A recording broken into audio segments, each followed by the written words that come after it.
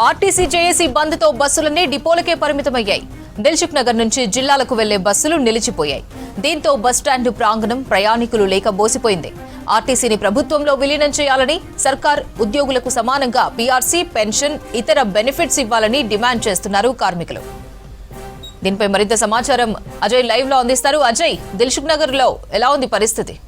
రాష్ట్ర వ్యాప్తంగా ఆర్టీసీ కార్మికుల సమ్మె కొనసాగుతుంది. అర్ధరాత్రి నుండి కూడా ఆర్టీసీ కార్మికులు సమ్మెకు పిలుపునివ్వడంతో రాష్ట్ర వ్యాప్తంగా ఉన్నటువంటి బస్సులన్నీ కూడా డిపోలకే పరిమితం అయిపోయాయి. ప్రస్తుతం మనం దిల్సుఖ్ నగర్ బస్ డిపో వద్ద ఉన్నాము. దిల్సుఖ్ నగర్ బస్ డిపో వద్ద కూడా ఎగ్జాక్ట్ గా బస్సులన్నీ కూడా డిపోకే పరిమితమైన సిచ్యువేషన్. అర్ధరాత్రి నుండి కూడా బస్సులు బయటికి కదలని పరిస్థితి. ఎందుకంటే ఫస్ట్ షిఫ్ట్ నుండి కూడా సమ్మెలో పాల్గొంటాము అనేది ఇప్పటికే ఆర్టీసీకి సంబంధించిన కార్మికులు చెప్పిన క్రమంలో సో అర్ధరాత్రి నుండి కూడా బస్సులన్నీ కూడా డిపోలకే పరిమితమయ్యాయి. హైదరాబాద్ నగర వ్యాప్తంగా అంటే మెయిన్ గా ఇటు అద్దె బస్సులకు సంబంధించిన రాకపోకలు యథావిధిగా సాగుతున్నాయి. దాంతో పాటు ఎలక్ట్రిక్ బస్సులు ఏవైతే ఉన్నాయో దానికి సంబంధించి కూడా రాకపోకలు సాగుతున్నాయి. కానీ ఆర్టీసీకి సంబంధించి డిపోలలో ఉన్న బస్సులు మాత్రం ఎక్కడ కదలని సిచ్యువేషన్ ఉంది. సో ఇప్పటికే నిన్న 4 గంటల పాటు కూడా ఇటు ఆర్టీసీ జేఏసీ సంబంధించిన నాయకులు ఇటు ప్రభుత్వం ఏర్పాటు చేసిన కమిటీ తోటి చర్చలు జరిపారు. దాదాపు 4 గంటల పాటు కూడా చర్చలు కొనసాగాయి. అయితే ఈ చర్చల్లో ప్రధానంగా దాదాపు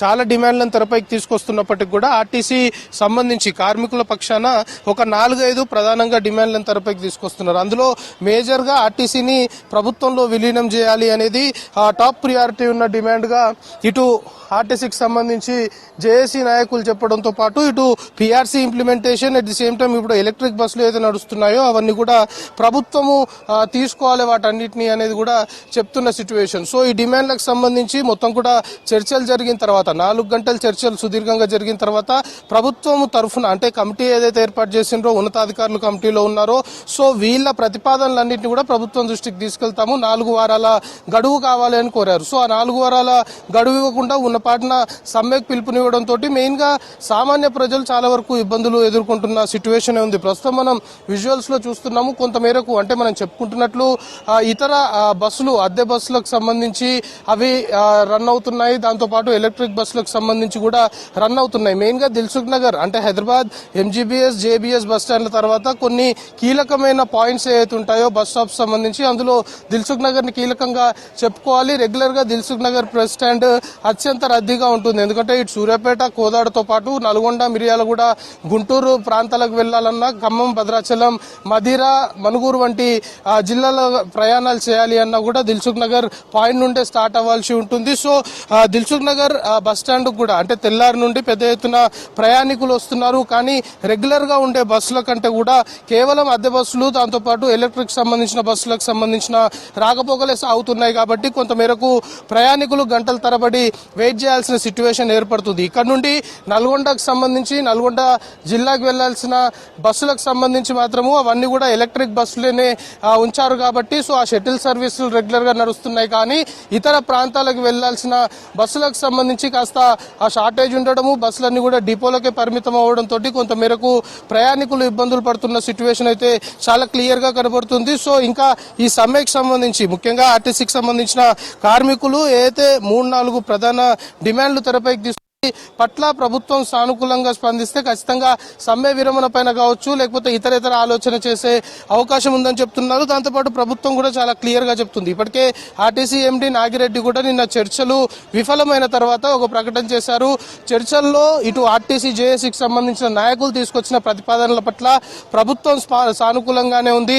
కాకపోతే కొన్ని డిమాండ్లకు సంబంధించి అంటే ఆర్టీసీని ప్రభుత్వంలో విలీనం చేయడం కావచ్చు లేకపోతే ఇతర పీఆర్సీకి సంబంధించిన ఇంప్లిమెంట్ చేసే అంశాలు కావచ్చు, కొన్ని ఆర్థిక పరమైన అంశాలు ముడిపడి ఉన్నాయి. కాబట్టి వాటిపైన లోతుగా కొంతమేరకు పూర్తి స్థాయిలో స్టడీ చేసిన తర్వాత వాటిని కూడా ఇన్స్టాంట్ గా వాటిని అమలు చేసే అవకాశం ఉండదు. కాబట్టి కొంతమేరకు వాటిని నెమ్మదిగా అన్నిటిని రిజాల్వ్ చేస్తాము అని చెప్తున్నప్పటికీ కూడా వినకుండా ఆర్టీసీకి సంబంధించిన కొన్ని యూనియన్ సంబంధించిన నాయకులు ఈ సమ్మెకు పిలుపునిచ్చారు అనేది చెప్పడంతో పాటు ఎవరైతే ఆర్టీసీకి సంబంధించిన కార్మికులు ఉన్నారో అందరూ కూడా విధులకు హాజరు కావాలి అంటూ అంటూ కూడా చెప్తున్న పరిస్థితి. కానీ ప్రస్తుతం ఆర్టీసీకి సంబంధించి కార్మికులు దాదాపుగా ఎక్కడ విధులకు హాజరైన దాఖలాలు లేవు. మొత్తం బస్సులకు సంబంధించి అంటే అద్దె బస్సులు రన్ అవుతున్నాయి. దాంతో పాటు ఇటు అవుట్ సోర్సింగ్ సంబంధించి కండక్టర్లు కొందరిని తీసుకొని వచ్చి ప్రస్తుతం ఈ రాకపోకలు అయితే సాగిస్తున్నారు. దాంతో పాటు రెగ్యులర్ గా ఉండే కండక్టర్లు విధులకి హాజరు కాకుండా సమ్మెలో పాల్గొంటున్నారు. కాబట్టి ప్రైవేట్ వ్యక్తుల్ని కూడా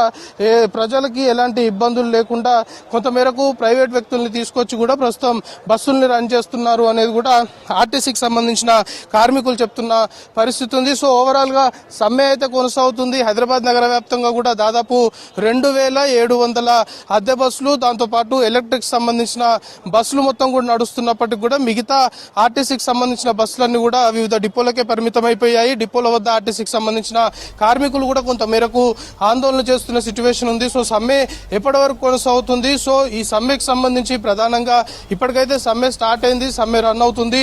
సో ప్రభుత్వం సానుకూలంగానే స్పందిస్తుంది. కానీ సమ్మె ఎప్పుడు విరమిస్తారు అనే దానిపైన ఒక క్లారిటీ రావాల్సి ఉంది. దాంతో పాటు మెయిన్ గా ఆర్టీసీ సంబంధించి సమ్మె కారణంగా ప్రజలు ఎలాంటి ఇబ్బందులు లేకుండా ప్రభుత్వం ఆల్టర్నేట్ గా ఎలాంటి చర్యలు తీసుకోవాలనే దానిపైన మాత్రం ప్రధానంగా ఫోకస్ పెట్టిందని చెప్పాలప్పన్నా.